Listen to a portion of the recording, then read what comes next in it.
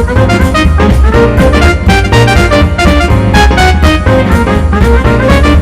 got up before dawn just to bring you Top of the morning from beautiful downtown Boston.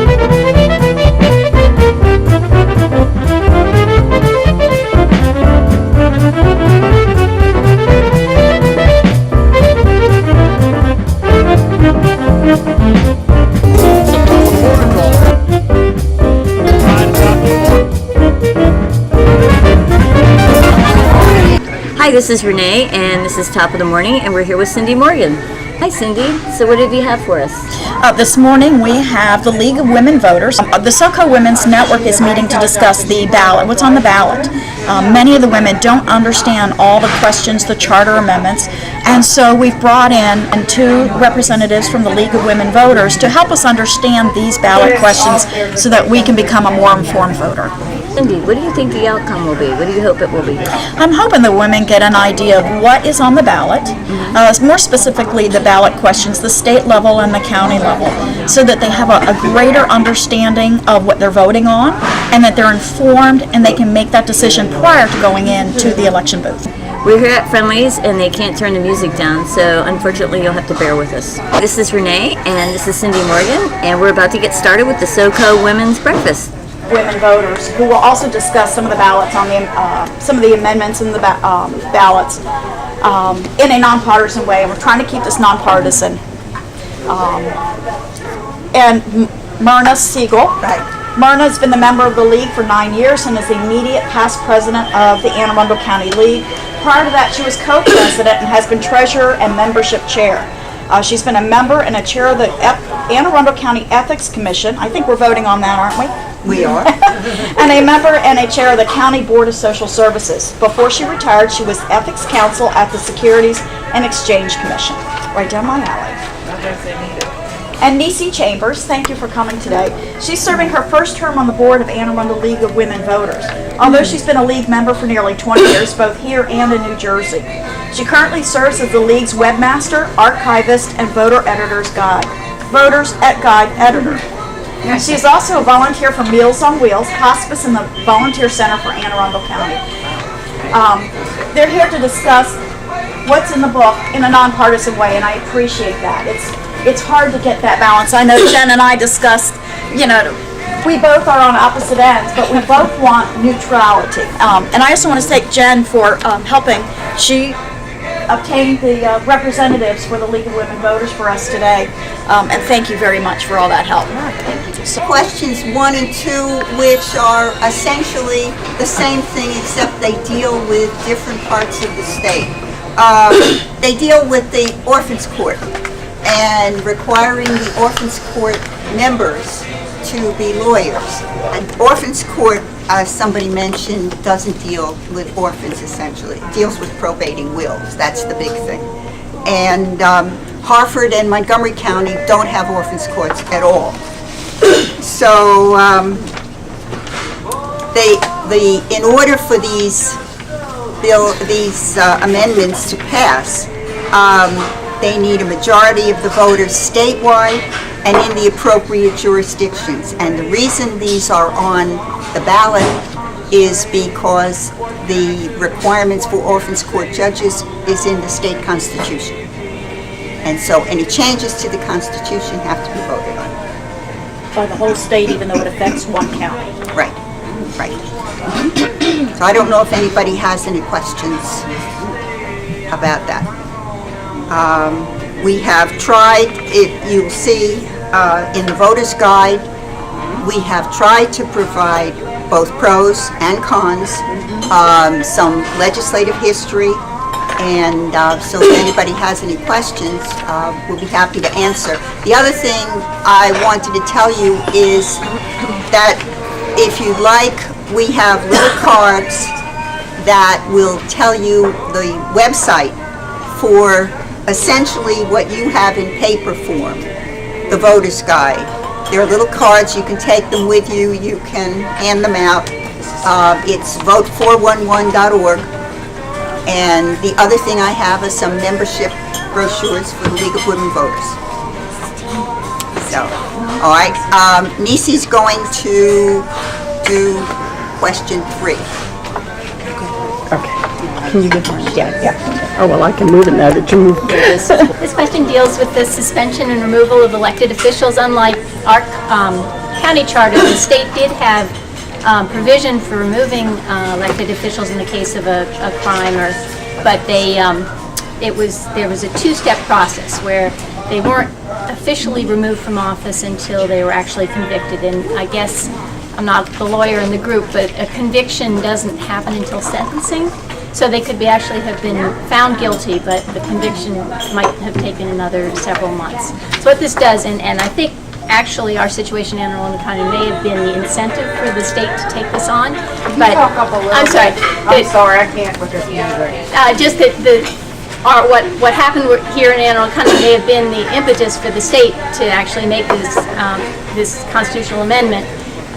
Was just to speed up the process, make it as soon as that they either plead guilty or nolo contendere and are found guilty, that they are immediately removed from office and the office is declared vacant, and so the process can begin to get another elected representative.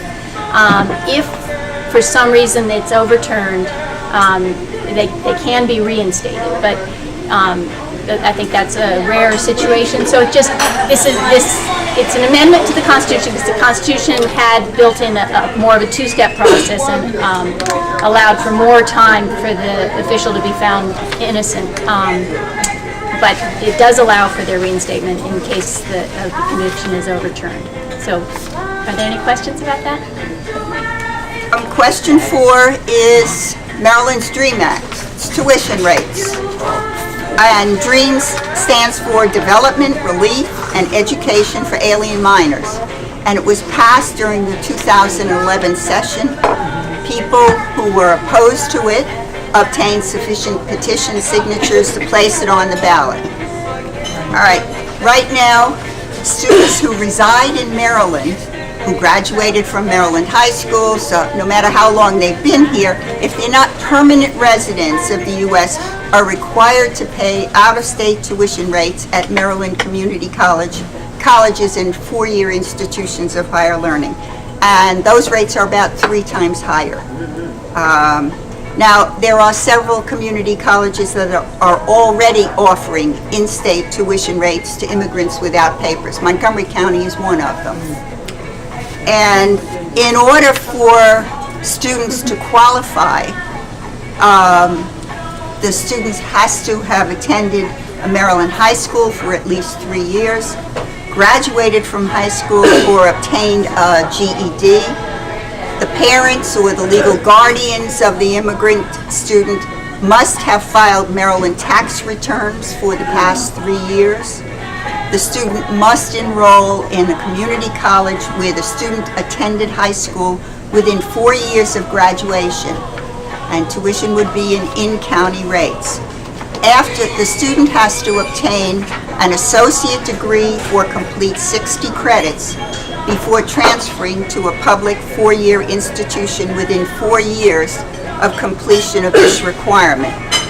The student or his or her parents or guardians have to file tax returns during the high school years and after high school graduation while the student is attending community college or any other institution of higher learning.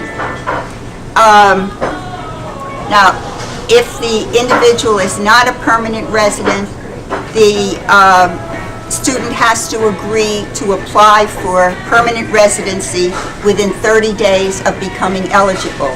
And that looks towards any change in federal law.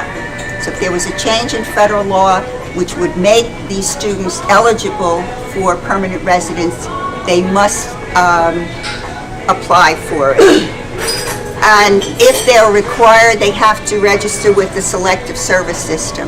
The other thing is that if they apply to a 4-year institution like the University of Maryland, for purposes of determining how many people are accepted, they are considered out-of-state students. They go with the out-of-state group because there are 70% of the students, I believe, have to come from in-state. 30% can come from out of state. These are part of the group that would be out of state, so that they don't displace any Maryland students. Since 2001, laws that allow undocumented immigrants to pay in-state tuition rates at public institutions of higher education have been enacted in 11 states: California, Illinois, Kansas, Nebraska, New Mexico, New York, Oklahoma, Texas, Utah, and Washington and Wisconsin. The other thing that this deals with is with veterans, discharged veterans. And currently, honorably discharged veterans are exempt from paying non-resident tuition at public institutions of higher education in Maryland if the veteran presents within 1 year of discharge evidence of attending a high school in Maryland for at least 3 years and documentation that he graduated from the high school or the equivalent of his diploma, or received an equivalent of his diploma in Maryland. The time frame for this is extended under this bill to 4 years.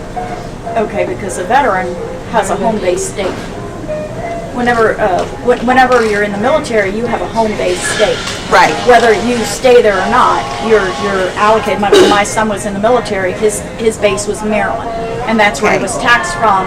And so I don't see how, other than extending the time. It's extending the time frame so that But his license is valid as a resident, so. It has nothing to do. I understand, but he would be considered a resident even though he's military personnel. I understand that, but this just gives them more time to. We're talking about question 4. Involved in the DREAM Act? Yes. Yes, it's part of it. So if I could interrupt, my son, Right. so was in the military. His discharge was a year and a half ago. Right, He moved to California, but Right. he went to school in Maryland. right. So are you saying that if in a year from now he decided to come back to Maryland, that he could still get in-state tuition rates if they extend this to 4 years? Yeah, essentially so. Yeah. That's. It took me a while to go through this. Did he have to have been paying Maryland state income tax during that time period? No, I don't think that piece of it applies to the. It's really a very complicated thing for him. He went to California. Right. And apparently there were changes in the post 9/11 GI Bill that changed his benefits after he got there. Right. And he had been trying to establish residency in California so that he could comply with the requirements. But he may end up moving back. So he would be able to still get in-state here, even if he's established residency in California? As I understand this, yes. If he shows that he went to a Maryland high school and evidence of attending a high school in Maryland for at least 3 years and documentation that he graduated from a Maryland high school or received equivalent of his high school diploma in Maryland. So this would change that. It gives him 4 years to do it, and that's essentially the change. Yeah. I think the challenge with this is that there's a federal DREAM Act, which is completely different Yes. than what the Maryland DREAM Act is. Yeah, and then of course Because- that administrative change, that Right. administrations change, it's, This is, and one trumps, you know. This one only trumps deals what? with, you've lived here, your parents pay taxes, can you get in-state tuition? that's essentially it. That's essentially it. Question 5 deals with the congressional districting plan, and this was like the question 4. This is on the ballot because voters, the Assembly voted in a bill that the voters were able to have enough petition signatures on to bring it to the ballot. Every 10 years, the Assembly is required to, if the population of the state has changed, to create a districting plan to reflect that. But unlike the state constitution says that legislative districts, the ones that determine our state representatives, A legislative district shall consist of adjoining territory, be compact in form, and of a substantially equal population. Due regard shall be given to natural boundaries and the boundaries of political subdivisions. There's no language like that for congressional districting. And so it can sometimes become a political game, but whether it is or it isn't, the district that was voted on by the Assembly in special session was approved, but the population, or enough people said, we'd like a chance to review it. What you'll see if you read this is, if you do vote against the districting plan that they voted in, they'll have to go back to the table and come up with another districting plan, but there's no guidelines to say that it would be substantially different from what they came up with last time. Nothing has changed in the requirements that would require them to do it substantially differently. But as it says in here, you would be registering just a irritation. Yes. That you don't like what they did. So what would happen is the people that have been elected from the 8 districts in this election would continue to serve until 2015. Well, they would be voted on in 2014, and then there would be, however it were redistricted, you would have potentially you'd be voting in a different district. If it is voted in, if this question is approved, then these districts will stay in place until 2022?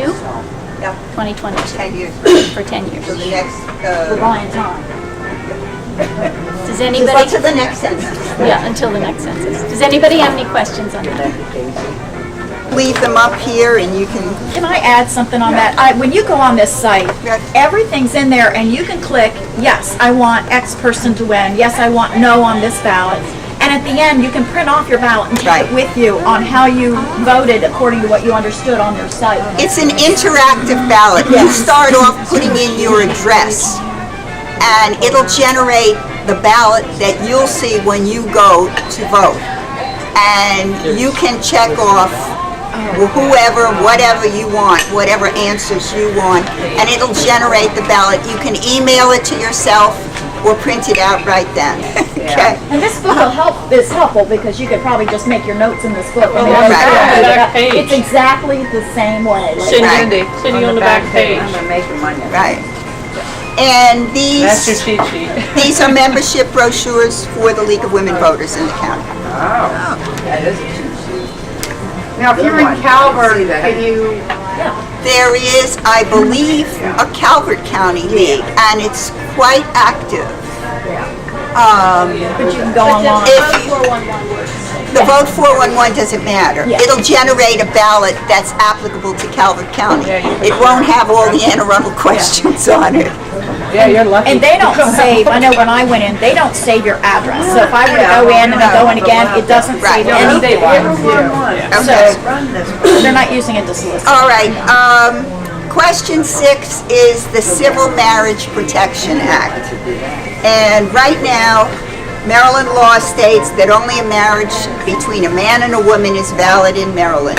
But the Maryland Constitution doesn't define a valid marriage.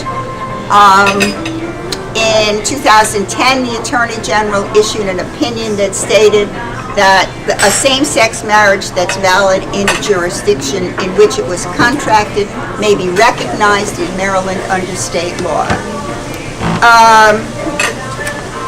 Under the proposed change, with a valid Maryland marriage license, same-gender couples may have marriages performed in Maryland, recognized under Maryland law beginning in January 2013. No religious entity will be required to provide services, accommodations, advantages, facilities, goods, or privileges if they're related to the celebration of a marriage that violates the entity's religious beliefs. The Act doesn't affect existing laws prohibiting discrimination in employment, housing, or public accommodations on the basis of sexual orientation. I don't know if anybody has questions. Two things. One is the state of Maryland did pass this Same-sex State of amendment. Maryland passed it, and This is just as with the DREAM Act, it was brought up Yes. to referendum. Yes. Second, the proposed change, you mentioned no entity, religious entity. What Right. about religious persons who own businesses?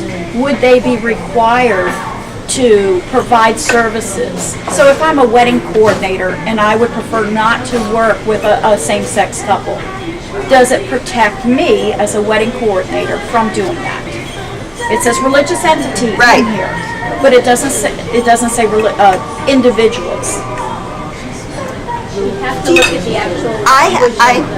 Well, let's see. So this is the pros and the cons. This, okay, it protects clergy from having to perform any particular marriage ceremony, affirms that each religious faith has exclusive control over its own theological doctrine regarding who may marry within the faith, and provides that religious organizations and certain religious entities are not required to provide goods, services, or benefits to an individual related to the celebration or promotion of marriages in violation of their religious beliefs. I can't swear to it. I don't have the legislative history on it, and I'll be happy to look it up.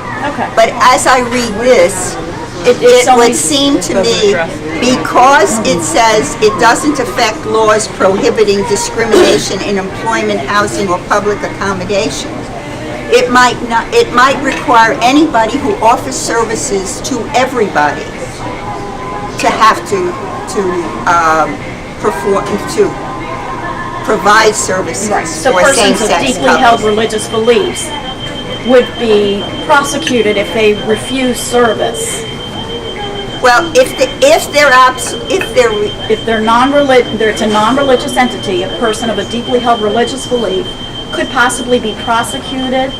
Are you saying I kind can't of like guarantee if it. you discriminated in A your wedding business based planner, on race? your example of a wedding planner. And you were, And somebody brought it There's up. discrimination in hiring. That's a Right. given. But there are individuals who are being sued by same-sex couples for not providing photography at their wedding. Or a hair salon. Or I was hair just thinking salon. the same thing if You I know. had a same-sex couple come in. Not that I wouldn't do them, and they Right. wanted to But- get done. And I said, oh no, we don't. Could I be sued? Yeah, and there's Now would protection. never, but could I be sued? We would have to I look think you have up. to separate your business and your But it's religion. happened. Right. But Yeah. could I, It my happens. question is, could I be sued? It's the philosophy of separating your Anyone can business be and your sued and your for anything. religion. Well, I know that. Yeah. That's what it is. Are you saying, are you asking, would your local jurisdiction come in and arrest you? If it has nothing to do with a religious They'd have to entity, sue but civilly. strictly a business that provides services supposedly to everyone, it would seem to me that they would have to provide services, but I cannot guarantee it. Nisi's trying to find the legislative history, because we didn't. You can also, if you're a photographer that you have deeply held beliefs that you don't agree, Right. whatever, you can always you don't have to do every job that comes to you. You know, you can turn it down. Or you could raise the rate so high that it could pay. That's what Kathy But said. that's still a form of discrimination. Well, Right, but somebody, I mean, yeah. somebody would have to prove that was Let's why you prove did that. it. But Okay. thank you for that explanation. You're welcome. Okay, anything else? Question 7, you've already heard from Jerry about, so I don't know if there are any other questions about it, but it's the one about the gambling, and it's on the ballot because when we passed the amendment in 2008, there was a provision in the amendment that if any additional gambling was to be approved in the state, it had to be approved by the entire electorate. So that's why it's on again so soon. But Jerry's already talked a little bit about it. Does anybody have any questions beyond that? Okay, all right. Make your job easier. Ready? Okay. I just wanted to let you know, if you hadn't had enough about ballot questions, the League is holding a program about ballot questions on October 25th. It's in Severna Park at Woods Memorial Church from 7 to 8:30. Now, most of you here are in District 5, rather, for congressional district. Congressional districts like Steny Okay. Hoyer. Right. Okay. The League is holding a forum for the candidates in District 3 and 4, and that's on October 15th. So this is also at Woods Memorial Church. If you go to the website for the League of Women Voters, lwvmd.org, it'll have a list, a calendar of all of the forums and all of the things that are going on in the different counties. That's right. Okay? And this is I thank you all very much. Thank you. Thank you. Miriam, thank you. Nisi, welcome. thank you very much for coming and sharing this information with Cindy, us. give me your website, I'll give you my your business email card. address, whatever. You give your business card will be fine. Yeah, I'll do that And then at the I will end. Or do try you have to and, leave? no, Okay. I figured 9:30, but I'll try and get you an answer. I've tentatively planned for the second Wednesday of the month to have a nurse practitioner come in and talk to us about women's health. Elizabeth has graciously offered Perfect Pet Resort to us. I still haven't firmed up with the nurse practitioner. She was out last week. I called her on her day off, and so I need to do that this week. Will it be in the morning? It will be in the morning, 8 to 9:30, yes. And that is tentative. So when you get the email, that'll be firm, unlike today. Okay. Cindy, while you're having that, let me tell you, I am out of my League of Women Voters mode, okay? But there is going to be a program on health insurance and the new Health Act and what's happening in Maryland. I'm Elizabeth Cheney from Perfect Pet Resort in Lothian. I got it. Vacation for dogs and cats. I'm Terry Liserson from Second Wind Consignments and Deal. We are a consignment shop that specializes in home furnishings and accessories. And we've been in business now 3.5 years. I'm Michelle Tango. I own the Twisted Bead in Edgewater, Maryland, and we make jewelry, custom jewelry. We do birthday parties and classes. I'm Teresa Zanilotti. I own Julian's Hair Designs in Dunkirk, and if your hair isn't becoming to you, you should be coming to me. I'm Karen Shields from Twin Shields Golf Club, and I teach you golf. So if you have some fun time available, come on over. It's nice to have a woman too. Yes, there you go. Hi, I'm Jennifer Hines with the Edge Virtual Solutions, providing administrative consulting for nonprofits, small businesses, realtors. Hi, I'm Shahrzad Arasti. I'm a holistic career counselor and trainer, and I work with people and organizations who want to make a positive difference. I am Kathy Tucker. I own Catherine's Drapery, Upholstery, and Boat Canvas in Deal, Maryland, and we do anything. If you can sew it, we do it, except cars, boats, houses, residential. I am Melissa Fullerton, part owner of Joy Kids Learning Center in Edgewater, Maryland, and we provide full-day childcare for children aged 2 to 5. I'm Joy Evans. I'm a feng shui consultant, and hopefully will make your environment and life better with my consultations. Cindy Morgan, Morgan & Walsh Investments, and I work with clients to help them successfully retire, as well as I work with business owners to institute some small business retirement plans. Hi, I'm Renee Bailey. I am a life celebration photographer. Hey, I'm Myrna Siegel from the League of Women Voters. And I'm Nisi Chambers from League of Women Voters. Maryland, and we're done. Oh, we're finished. Cindy, how do you think it went? I think it went very well. The women were very engaged in it. They asked lots of questions from both sides of the issue. I wanted this to be a partisan effort, and so there was a great feedback from the women in asking lots of questions about it, the impact to them as business owners, and the impact to them as citizens, tax-paying citizens of the state. So Cindy, do you have any last contact information or any questions to put out? If anybody is concerned about what's on the ballot, they can go to the League of Women Voters website, vote411.org. There, all the ballot questions will be available to them for their specific location, not just Anne Arundel County, but all statewide. And they can download the ballot. Well, thank you, Cindy. That was really interesting. Thank you.